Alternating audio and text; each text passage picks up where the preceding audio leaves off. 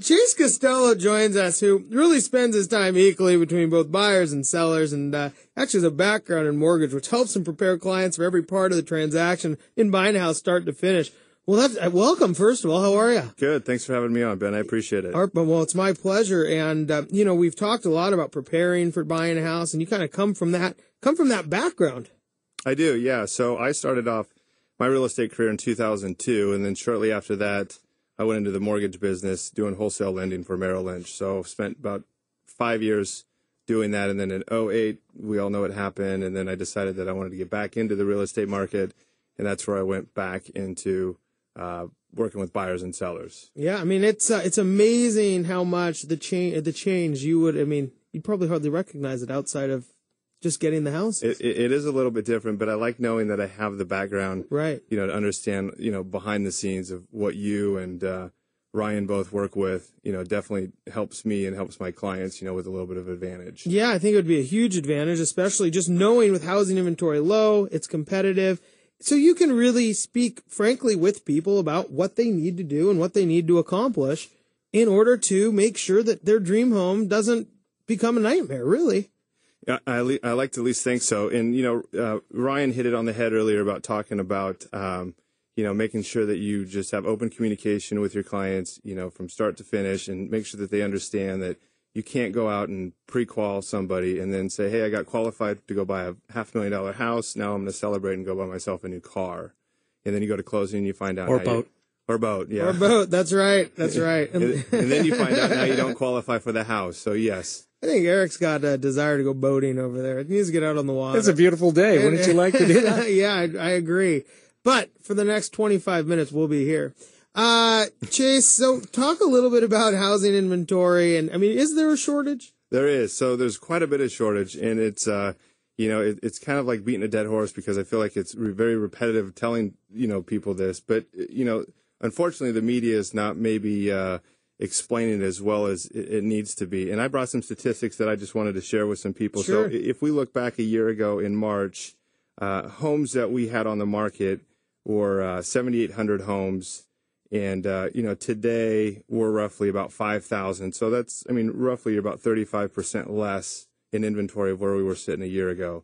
Now, I guess this is good news and bad news, but what's happening is the inventory is so low, but people are still buying. So the pendulum's definitely swinging the opposite direction. I'm not going to say it's a seller's market, but what you're finding out is people who maybe were on the fence of selling their home a year ago or a year and a half ago are now revisiting it.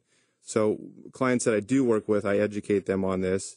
And I'm sure, on the mortgage side, you guys do as well, that when you do find that dream home, you have to pull the trigger a little bit faster than maybe what you had to, 6 months, a year ago, or a year and a half ago, where you could kick tires for 2 days and then make a decision.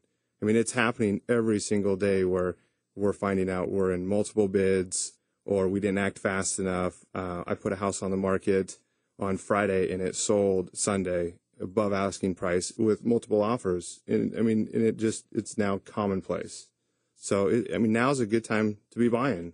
If you're an investor or a first time home buyer or whatever it may be. So, yeah, the market's definitely shifted. Do you think it's shifted to the point that if people have considered selling, this is a time, or do you think that waiting out a little bit longer and maybe, what are your thoughts there? That's tough. I've had sellers ask me that, should I wait or should I not wait? And really what I always revert to is, what's the price that you want today? And if we can command that price now, then let's put it on the market now, because we don't know what's going to happen. And obviously banks are holding a lot of inventory. And, we don't know if they're going to one day saturate the market.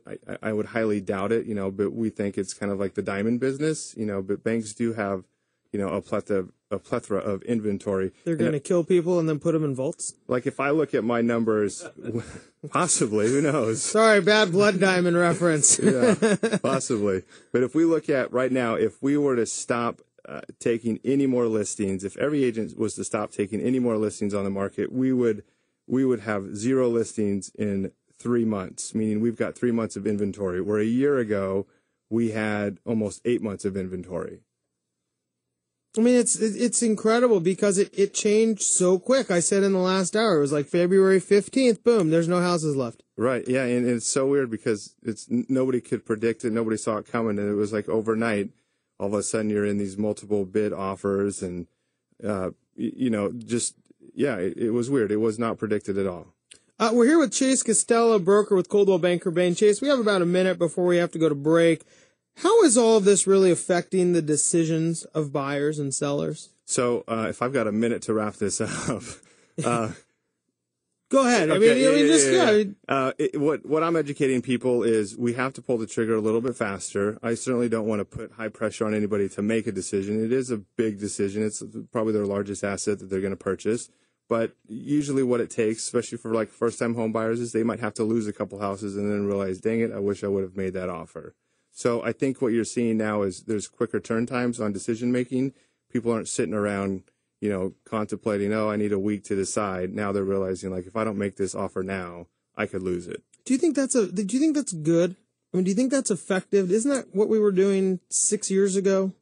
Well, we're not giving money away with anybody with a pulse. So, that's true. They still have to. I don't even think you needed a pulse. Yeah.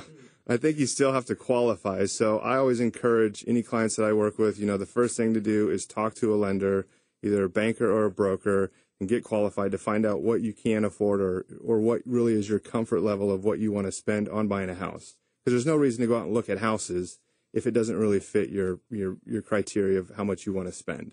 Well, I think that's a really good point, Chase, in what you're saying, though, is that, yes, it's gotten a little hotter, but it's a much more reasonable hot, right? I mean, it's not boiling over, I guess you could say. It's just boiling. Yeah, it's not like in 05 and 06 and 07 where people were putting escalation clauses of $40,000 and doing whatever they can to get the house. I mean, you're getting fair market value, maybe 2, 3, 4, 5% above asking price, if you're lucky. But you're getting the price that you're asking for now.